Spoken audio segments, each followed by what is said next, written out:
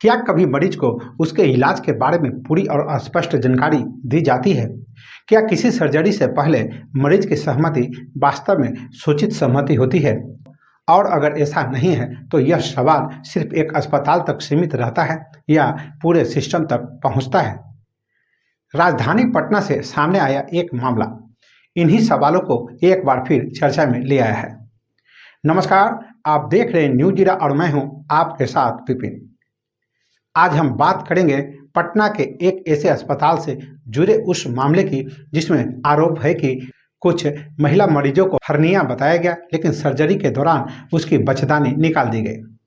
स्वास्थ्य विभाग ने इस मामले में कार्रवाई करते हुए अस्पताल का आयुष्मान भारत योजना निबंधन को रद्द कर दिया है, लेकिन इस कार्रवाई के बाद भी कई अहम सवाल अब भी बने हुए हैं। उपलब्ध जानकारी के अनुसार कुछ महिलाएं पेट दर्द या अन्य समस्याओं के कारण अस्पताल पहुंची। जांच के बाद उन्हें बताया गया कि उन्हें हर्निया है। डॉक्टरों ने सर्जरी की सलाह दी। मरीज और उनके परिजन ने डॉक्टरों की सलाह पर भरोसा किया, सहमति दे दी और सर्जरी की प्रक्रिया शुरू हो गई। लेकिन बाद में कुछ मामलों में यह आरोप सामने आया कि हर्निया का ऑपरेशन नहीं किया गया, बल्कि गर्भाशय यानी बच्चेदानी निकाल दी गई। शिकायत मिलने के बाद स्वास्थ्य विभाग ने मामले की जांच कराई। सिविल सर्जन द्वारा प्रस्तुत रिपोर्ट के आधार पर कुछ महत्वपूर्ण बिंदु सामने आए। मेडिकल दस्तावेजों में अंतर, बीमारी और सर्जरी के प्रकार में असंगति, मरीज को दी गई जानकारी को लेकर सवाल और आयुष्मान योजना के उपयोग पर संदेह। बताया गया कि मामले में हर्निया पैकेज के तहत केस दर्ज किया गया, लेकिन सर्जरी का प्रकार अलग था। जांच के बाद अस्पताल का आयुष्मान भारत योजना से निबंधन को रद्द कर दिया गया। साथ ही आगे की कानूनी प्रक्रिया भी शुरू की गई। यह मामला कई महत्वपूर्ण सवाल खड़ा करता है। क्या मरीजों को उनके इलाज के बारे में पूरी जानकारी दी गई थी?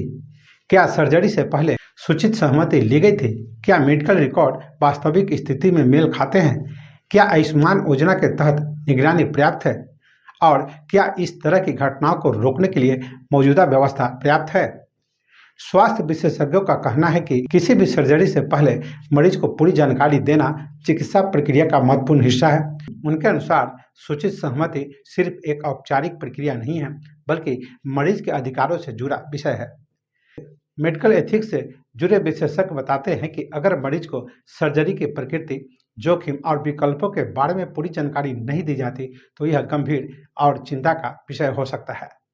कानूनी विशेषज्ञों के अनुसार अगर आरोप सही साबित होते हैं तो यह मामला धोखाधड़ी, आपराधिक लापरवाही के दायरे में आ सकता है। हालांकि यह पूरी तरह जांच और साक्ष्यों पर निर्भर करेगा। भारत में हिस्टेरेक्टोमी यानी गर्भाशय हटाने की सर्जरी को लेकर पहले भी कई बार सवाल उठते रहे हैं। कुछ रिपोर्ट्स में यह सामने आया है कि ग्रामीण और आर्थिक रूप से कमजोर वर्ग की महिलाओं में इस सर्जरी के मामलों की संख्या अपेक्षाकृत अधिक पाई गई है। विशेषज्ञ मानते हैं कि ऐसे मामले में जागरूकता की कमी और स्वास्थ्य सेवाओं पर निर्भरता महत्वपूर्ण भूमिका निभा सकती है। भारत की स्वास्थ्य व्यवस्था सरकारी और निजी संस्थानों पर आधारित है। निजी अस्पतालों की भूमिका महत्वपूर्ण है, लेकिन उनकी निगरानी और जवाबदेही भी उतनी ही जरूरी है।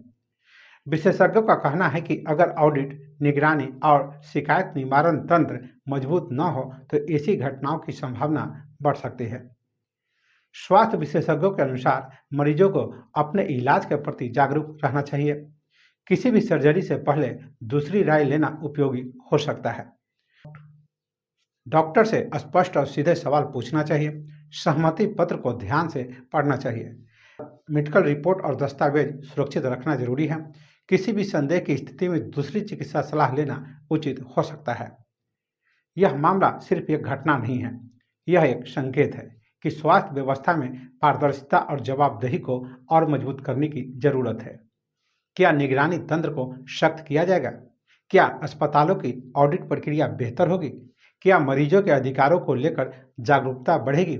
इन सवालों के जवाब आने वाले समय में तय करेंगे कि इस तरह की घटनाओं की पुनरावृत्ति रोक पाना कितना संभव होगा।